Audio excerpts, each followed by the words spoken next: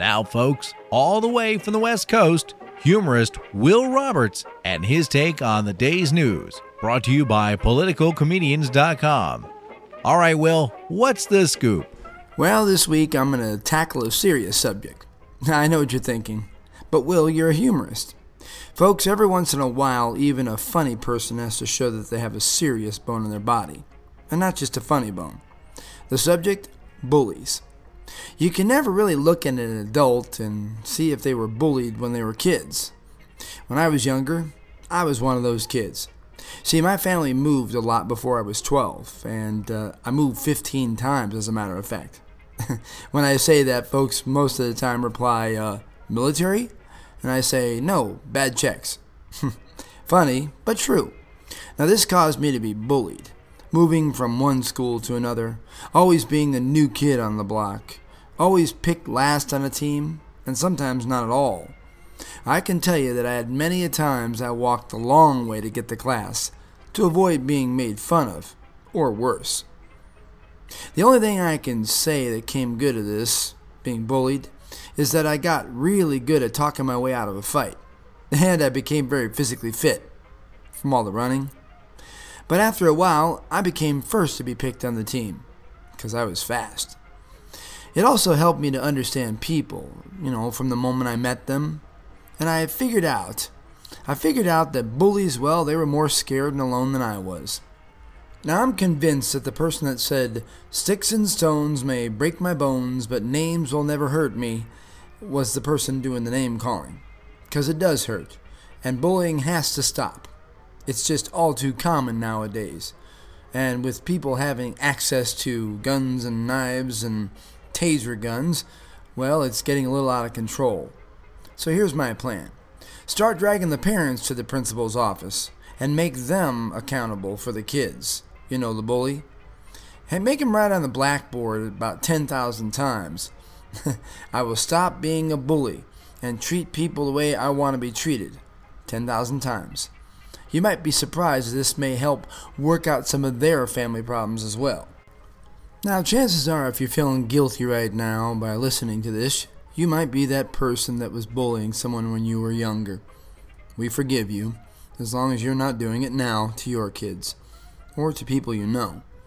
It's a real common thing nowadays that American kids, well, I'm sure it happens abroad too, but American kids are making it upon themselves, or taking it upon themselves to deal with this, or not deal with this.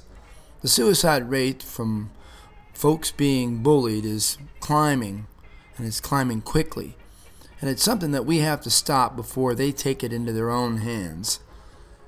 Ask your kids if they're being bullied, if you think they're being bullied.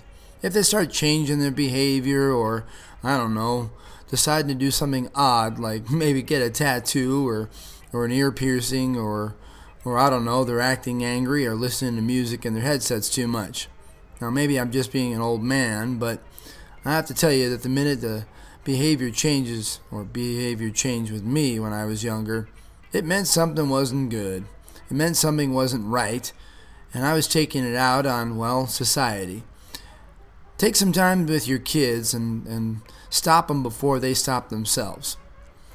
All right, well, there's lots of websites out there and lots of places you can go to get some help if you think that someone that you know is being bullied.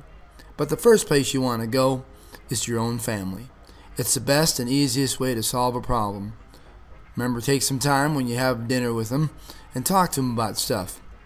Oh, by the way, having fast food with them at the fast food place is not really having time for your family. So take some time, make a meal, get everybody involved, and do something good for your family. Keep them a family. See, it's not the 1950s anymore, where mom stayed at home and dad had a stern hand over the family. These days, both mom and dad work.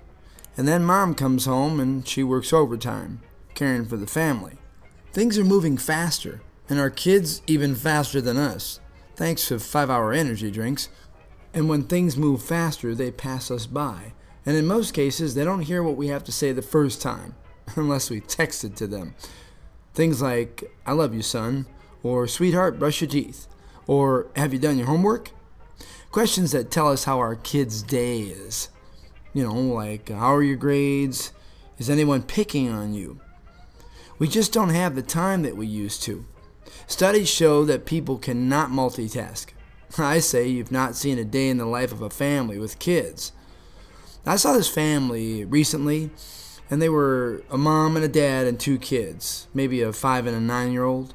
What amazed me the most was that they all had some sort of electronic device at the table with them, and they were all playing with it the whole time.